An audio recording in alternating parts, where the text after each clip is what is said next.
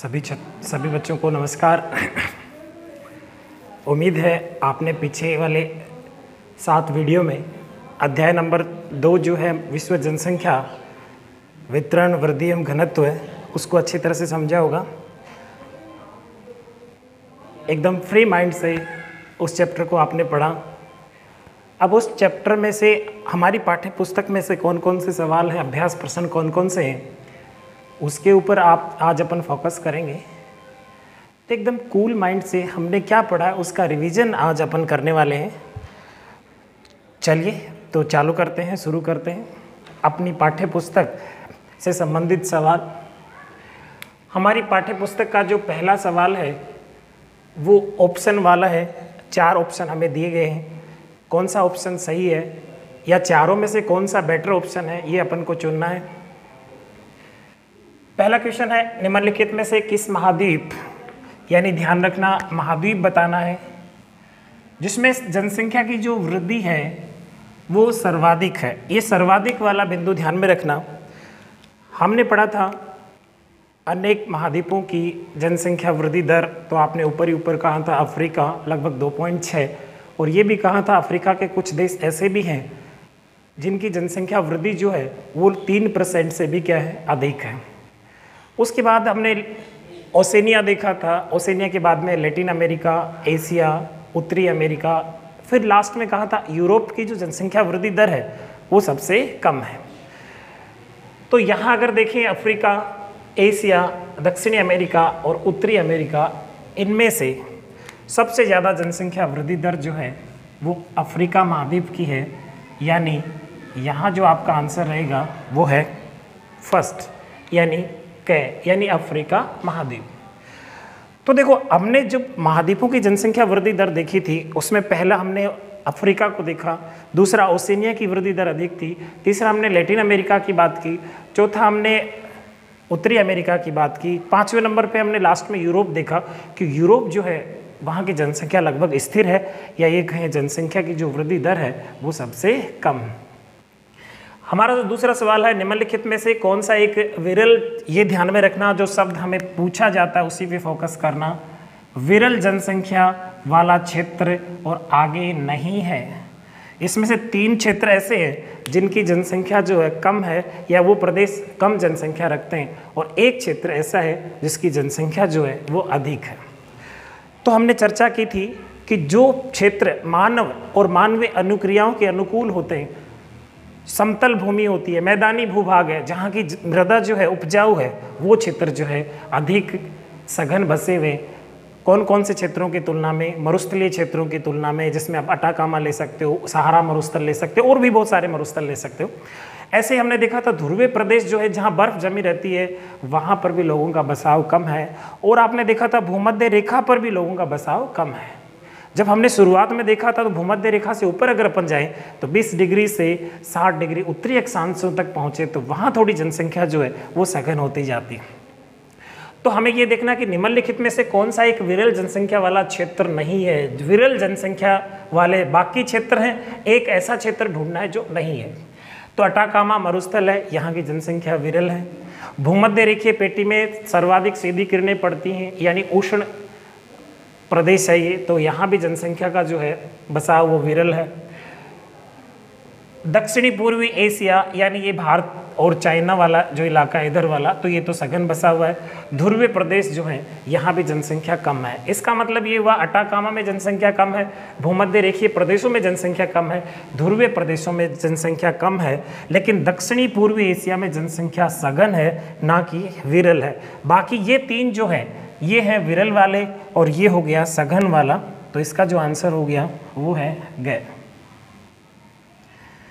उसके बाद अगर अपन तीसरा क्वेश्चन देखें, निम्नलिखित में से कौन सा एक प्रतिकर्ष कारक है। हमने यहाँ पर पढ़ा था कि प्रवास को कौन कौन से फैक्टर हैं वो प्रभावित करते हैं। फिर हमने यहाँ पर प्रतिकर्ष कारक भी देखे थे, वो फैक्टर जो किसी प्रदेश में जनसंख्या के पलायन को मजबूर करते हैं, और अपकर्षक कारक हमने वो कारक देखे थे जो किसी प्रदेश की जनसंख्या को या उस प्रदेश में जनसंख्या को आकर्षित करते हैं।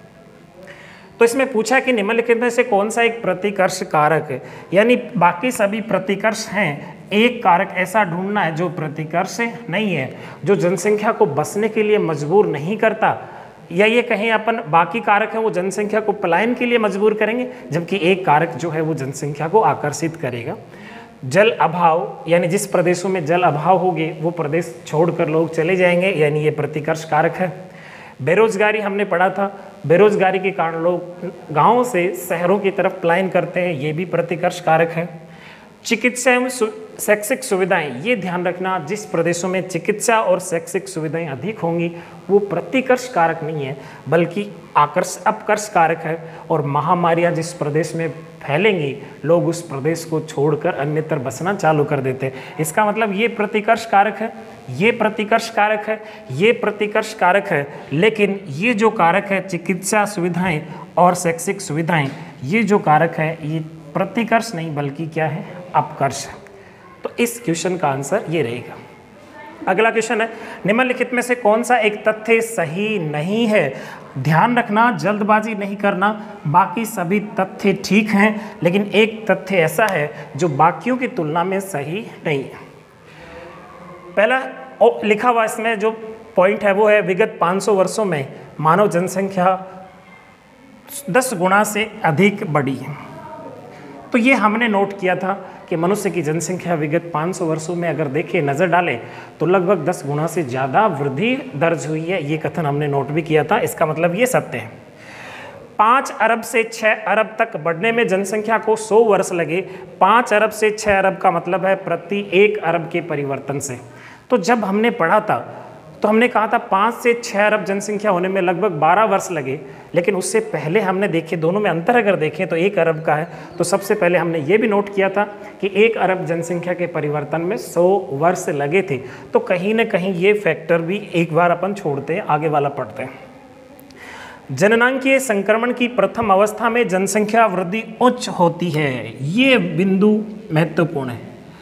हमने जननांकीय संक्रमण सिद्धांत के अवस्थाओं वाले सिद्धांत पर चर्चा की। हमने पहले सिद्धांत में कहा था उच्च मृत्यु दर है, उच्च जन्म दर है तो जनसंख्या वृद्धि नहीं होगी या कम होगी, जबकि यहाँ लिखा हुआ है कि जननांकीय संक्रमण की प्रथम अवस्था में जनसंख्या वृद्धि उच्च होगी। इसका मतलब ये ऊपर वाले और नीचे वाले दोनों की तुलना करें तो जो असत्य कथन है या सत्य नहीं है वो नीचे वाला ज़्यादा बेटर जाएगा। तो इसका मतलब इसका आंसर हो गया गए। जबकि ऊपर वाले में अपन यूँ मान सकते हैं बदलाव 1 अरब का है तो शुरुआत में 1 अरब के बदलाव में लगभग 100 वर्ष का टाइम लगा था। तो अगर इन दोनों ऑप्शन की तुलना करें तो नीचे वाला ज़्यादा गलत है, यानी सही नहीं है। आगे बढ़ते हैं। क्वेश्चन नंबर जो सेकंड है उसके आंसर हमें 30 शब्दों में देने हैं, यानी ज़्यादा विस्तार से नहीं लिखना है, छोटी छोटी बातें हमें इसमें लिखनी है। क्वेश्चन है जनसंख्या वितरण को प्रभावित करने वाले भौगोलिक कारकों का उल्लेख कीजिए। तो थोड़ा याद करिए, जब हमने पढ़ना चालू किया था तो जनसंख्या वितरण को प्रभावित करने वाले हमने 3 कारक देखे थे। पहला हमने देखा था भौगोलिक कारक, दूसरा हमने देखा था आर्थिक कारक और तीसरा हमने देखा था सामाजिक और सांस्कृतिक कारक। भौगोलिक कारकों में हमने 4 बिंदुओं का अध्ययन किया था, जल की उपलब्धता, मृदाएं, भू आकृति और एक और भी पढ़ा था हमने जलवायु। जबकि आर्थिक कारकों में हमने देखा था खनिज, औद्योगिकरण या नगरीकरण, इस तरह से हमने बिंदु पढ़े थे। लास्ट में हमने कहा था मनुष्य एक सामाजिक प्राणी है, तो जहाँ उसके जीवन और संपत्ति की सुरक्षा होगी या जहाँ पर ये राजनीतिक दंगे ज़्यादा होंगे लोग वहाँ से पलायन करना चालू कर देंगे। तो वो बिंदु हमने पढ़े थे। यहाँ केवल हमें भौगोलिक कारकों का उल्लेख करना है, तो याद करिए हमने भौगोलिक कारक पढ़े थे 4, जल उपलब्धता, जलवायु, मृदा और भू आकृति। इनमें से किसी 3 पर हमें टिप्पणी लिखनी है। तो देखिए पहला है भू आकृति, थोड़ा थोड़ा लिखना है क्योंकि हमें मात्र 3 शब्दों में लिखने। तो मैं अगर सिंपल लैंग्वेज में आपसे पूछूं कि भू आकृति जनसंख्या वितरण को कैसे प्रभावित करती है, तो याद करिए हम 2 पार्ट बना लेते हैं। एक तरफ उबड़ खाबड़ उच्च भूमि प्रदेश यानी पर्वतीय प्रदेश और एक तरफ हम ले लेते हैं समतल या मैदानी भूभाग। तो हमने पढ़ा था कि लोग जो है उबड़ खाबड़ जमीन की बजाय समतल या मैदानी भूभागों में ज़्यादा रहना पसंद करेंगे।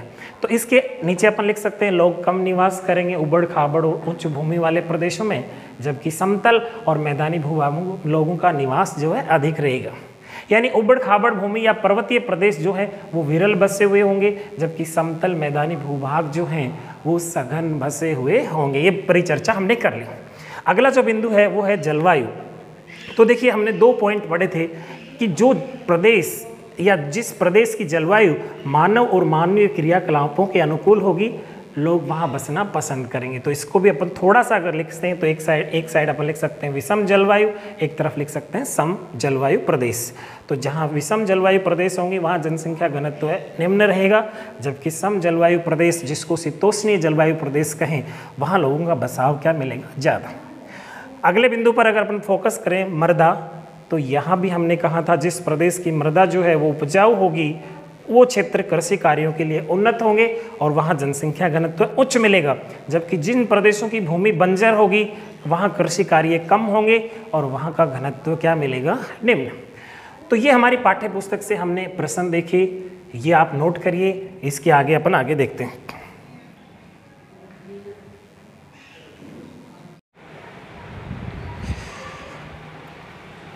हाँ तो बेटा इससे पहले हमने 30 शब्दों वाले एक क्वेश्चन देख लिया कि कौन कौन से भौतिक कारक जो है वो मानवीय या जनसंख्या वितरण को प्रभावित करते हैं। 30 शब्दों वाला जो सेकंड सवाल है वो अपन देखते हैं कि विश्व में उच्च घनत्व वाले अनेक क्षेत्र हैं, ऐसा क्यों। तो यहाँ इस प्रश्न का मतलब ये है कि आप प्रकृति के ऊपर अगर जनसंख्या का वितरण देखते हैं तो वो आपको असमान लगता है। ऐसा क्यों है कि कहीं अधिक लोग निवास करते हैं और कहीं लोग कम निवास करते हैं। अगर इस क्वेश्चन का आंसर हम देखें तो हूबहू वही आंसर हो जाएगा कि कौन कौन से कारक जनसंख्या वितरण को प्रभावित करते हैं। तो हम थोड़ा सा अगर इसको आंसर लिखना चाहें तो 30 शब्दों में ऐसा नोट कर सकते हैं कि जनसंख्या घनत्व जो है वो उस जलवायु के अनुकूल होगा या उस जलवायु के समानुपाती होगा जो मानव और मानवीय क्रियाओं के अनुकूल होगी। या अपन ये कह दें अगर जलवायु मानव और मानवीय क्रियाओं के अनुकूल होगी या इस जलवायु की अनुकूलता अगर बढ़ेगी तो उस क्षेत्र का जनसंख्या घनत्व भी ज़्यादा बढ़ेगा। तो दोनों का धनात्मक संबंध अपन यहाँ पर मान सकते हैं। अगर अपन यहाँ पर दोनों बातों का हवाला देंगे कि कौन से क्षेत्र जो हैं वो सघन बसे हुए होंगे और कौन से क्षेत्र जो हैं वो विरल बसे हुए होंगे, तो अपन ऐसा मान ले कि जलवायु मानव एवं उसके क्रियाकलापों के अगर अनुकूल हो तो वो क्षेत्र जो है वो सघन बसे हुए होंगे। जिस क्षेत्रों की भूमि समतल हो और मिट्टी जो है वो उपजाऊ हो, ऐसे क्षेत्र जो है वो सघन बसे हुए होंगे। या जहाँ खनिज और जल का निक्षेप उच्च हो यानी जल उपलब्धता अधिक हो, ऐसे परिक्षेत्र जो हैं ऐसे परिक्षेत्र जो है सघन जनसंख्या वाले परिक्षेत्र होंगे, क्योंकि यहाँ का जो जीवन है या यहाँ की जो जलवायु है वो मानव और मानवीय क्रियाओं के अनुकूल है। अतः इन क्षेत्रों का घनत्व है अन्य क्षेत्रों की तुलना में क्या मिलेगा बेटो, अधिक मिलेगा। अब अगर थोड़ा सा ये भी देख ले कि कौन से क्षेत्र है जिनका जनघनत्व उच्च रहेगा, तो अपन यहाँ पर यूएसए का उत्तरी पूर्वी भाग ले ले, सघन बसा हुआ है, समुद्र तटीय इलाके हैं जहाँ पर रोजगार के अनेक अवसर हैं, या ये कहें जहाँ औद्योगिकरण है, या ये कहें सघन कृषि वाले क्षेत्र हैं। यूरोप का अगर देखें तो उत्तर पश्चिमी इलाका जो है, एशिया के जो है वो 3 क्षेत्र हैं, दक्षिण वाला, दक्षिण पूर्वी वाला और पूर्वी भाग जो है वो सघन बसे हुए क्या हैं, क्षेत्र हैं। अगर इन्हीं के साथ अपन वो प्रदेश भी शामिल करें जहाँ की जलवायु कैसी है, विषम है, जहाँ ये सारी चीज़ें नहीं है, अनुकूल जलवायु भी नहीं है, भूमि जो है उबड़ खाबड़ है और जहाँ खनिजों का और जल का अभाव है, वो क्षेत्र जो है वो कम बसे हुए क्षेत्र होंगे। अपन यूँ भी कह सकते हैं कि भूमध्य रेखीय प्रदेश जो है वहाँ की जनसंख्या विरल रहेगी, मरुस्थलीय प्रदेश जो है वहाँ भी कम लोग निवास करेंगे, और जितने भी ध्रुवीय प्रदेश हैं वहाँ भी लोग कम निवास करेंगे। तो इन क्षेत्रों की जनसंख्या जो है वो हमें विरल देखने को मिलेगी। उम्मीद है आपको ये प्रश्न समझ में आया होगा कि जनसंख्या वितरण में असमानता क्यों है, या ये कहें जनसंख्या के घनत्व के वितरण में असमानता क्यों है। तो आप यहाँ बोल सकते हैं, बता सकते हैं कि जो क्षेत्र मानव और मानवीय क्रियाओं के अनुकूल होंगे वो सघन बसे हुए होंगे, जबकि जो क्षेत्र मानव और मानवीय क्रियाओं के प्रतिकूल होंगे, जहाँ पारिस्थितिकी विषमता जटिलता पाई जाएगी, वो क्षेत्र मानव के आवास के योग्य नहीं रहेंगे, तो वहाँ की जनसंख्या जो है वो विरल मिलेगी। तो ये था हमारा क्वेश्चन दूसरा 30 शब्दों वाला। तीसरा जो क्वेश्चन है 30 शब्दों वाला, वो हमसे पूछा है कि जनसंख्या परिवर्तन के 3 घटक कौन से हैं। तो बेटा हमने पढ़ा था कि जनसंख्या वितरण को प्रभावित करने वाले या जनसंख्या परिवर्तन को प्रभावित करने वाले 3 घटक हमने पढ़े थे। पहला जन्म, दूसरा मृत्यु और तीसरा प्रवास। याद करो, आपने मृत्यु और जन्म दोनों को क्या कहा था? प्राकृतिक कारक, यानी ये जनसंख्या को प्रभावित करने वाले प्राकृतिक कारक हैं। और आपने एक अन्य कारक भी देखा था, और वो अन्य कारक क्या था? प्रवास। 30 शब्द हैं, तो यहाँ थोड़ा और नोट कर सकते हैं कि असोदित जन्म दर क्या होती है, CBR। तो आपको पता है, आपने लिखा था वर्ष विशेष में कुल जीवित जन्म बटे वर्ष के मध्य की कुल जनसंख्या गुणा 1000।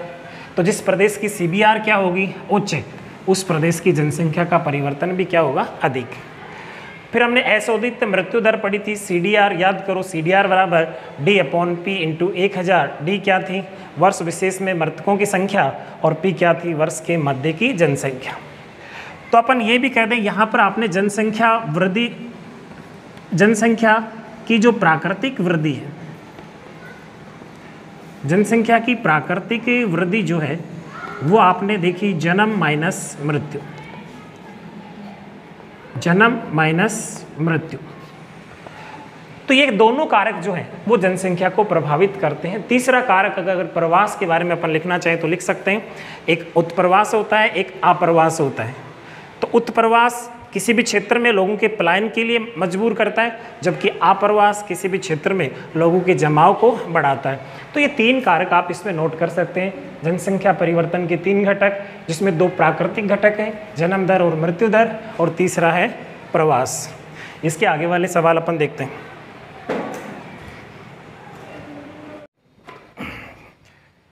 अपन अभ्यास प्रश्नों में अगला प्रश्न देखते हैं, प्रश्न नंबर 3। इसमें हमें पूछा गया है अंतर स्पष्ट कीजिए, यानी 2 बिंदु यहाँ पर दिए गए हैं, दोनों एक दूसरे के विपरीत हैं, उनका अर्थ अपन को समझाना या दोनों की तुलना करनी है। इसको अपन किस तरह से लिखेंगे? बोर्ड परीक्षा में अगर इस तरह के क्वेश्चन हमसे पूछे जाए तो उसका आंसर किस तरह से देंगे? हमें जो अंतर स्पष्ट करना है, एक है जन्म दर और दूसरा है मृत्यु दर। तो ये हमने बड़ी डिटेल से पढ़ा था जब हमने इस बिंदु पर परिचर्चा की। जन्म दर को आप असोदित जन्म दर भी बोल सकते हो, मृत्यु दर को आप असोदित मृत्यु दर से भी बता सकते हो। तो ये दोनों बिंदु इस तरह से आप सारणी बनाकर इसकी तुलना अपन करेंगे। जब हमने जन्म दर देखा था तो हमने कहा था प्रति 1000 स्त्रियों पर जन्मे जीवित बच्चों की जो वास्तविक संख्या है वो जन्म दर है, जबकि मृत्यु दर में हमने देखा था किसी वर्ष विशेष में प्रति 1000 जनसंख्या पर मरने वाले व्यक्तियों की संख्या है। हमने वहाँ पर इसको CBR बोला था, उसको CDR बोला था। तो ये दोनों चीज़ें आप मेंशन कर सकते हैं। पहले परिभाषा लिख सकते हैं, प्रति 1000 स्त्रियों पर जन्मे जीवित बच्चों की संख्या जन्म दर है, किसी वर्ष विशेष में प्रति 1000 जनसंख्या पर मरने वालों की संख्या मृत्यु दर है। इसको CBR यानी असोदित जन्म दर हमने पहले पढ़ा था, B/P × 1000, इसको CDR के रूप में लिखा था। तो इसका भी फॉर्मूला आप लिख सकते हैं, DI/P × 1000। यहाँ ये जरूर लिखना, अगर ये फॉर्मूला आप शॉर्ट में अगर लिखें तो थोड़ा सा ये जरूर बता देना कि यहाँ BI क्या है। तो हमने पढ़ा था कि वर्ष विशेष में जन्मे जीवित बच्चों की संख्या बटा P क्या है? उस वर्ष विशेष के मध्य की कुल जनसंख्या, यानी यहाँ पर जो जनगणना अपन काउंट करते हैं या जनगणना अपन लेते हैं वो मिड ईयर की लेते हैं। इसी तरह से इस सूत्र के साथ भी थोड़ा एक्सप्लेन कर दीजिए कि DI क्या है? वर्ष विशेष में मृतकों की संख्या। तो फिर P क्या है? वर्ष विशेष के मध्य की जनसंख्या। तो आप देख रहे हो यहाँ पर भी और यहाँ पर भी हम जो नीचे पॉपुलेशन लिख रहे हैं वो मिड ईयर की लिख रहे हैं, जबकि ऊपर जो है वो 1000 जनसंख्या पर डेथ है और इधर है 1000 महिलाओं द्वारा जन्म दिए गए जीवित बच्चों की संख्या। ये 2 चीज़ें अपन लिख सकते हैं, परिभाषा सूत्र लिख सकते हैं, इधर भी परिभाषा और सूत्र मेंशन कर सकते हैं। एक थोड़ा सा बिंदु आप और नोट कर सकते हैं, क्योंकि जब हमने प्राकृतिक वृद्धि देखी थी तो हमने कहा था CBR माइनस CDR, यानी कुल मृत्यु में से कुल जन्म में से कुल मृत्यु माइनस होती है। तो अगर कुल जन्म ज़्यादा होंगे तो जनसंख्या वृद्धि प्लस होगी, अगर मृत्यु दर ज़्यादा होगी तो जन्म दर माइनस होगी। तो ये बिंदु भी अपन यहाँ पर नोट कर सकते हैं कि यदि CBR का मान या CBR की वैल्यू CDR से ज़्यादा हो जाए, यानी जन्म दर ज़्यादा हो जाए मृत्यु दर से, तो जनसंख्या की जो वृद्धि है वो सदैव धनात्मक होती है। जबकि यदि जन्म दर जो है अशोधित जन्म दर व अशोधित मृत्यु दर से कम हो जाए तो जनसंख्या की वृद्धि जो है वो ऋणात्मक दर्ज होती है। यहाँ CBR है क्रूड बर्थ रेट, CDR है क्रूड डेथ रेट, अशोधित जन्म दर, अशोधित मृत्यु दर। और प्राकृतिक वृद्धि कैसे निकालते हैं? CBR में से CDR घटाकर। तो इस तरह से सारणीबद्ध तरीके से आप इन दोनों में अंतर स्पष्ट कर सकते हैं, मृत्यु दर में और जन्म दर में। एक बार वापस देखें, पहले परिभाषा नोट कर सकते हैं। 1000 स्त्रियों द्वारा जन्म दिए गए जीवित बच्चे, यहाँ 1000 जनसंख्या पर मरने वाले।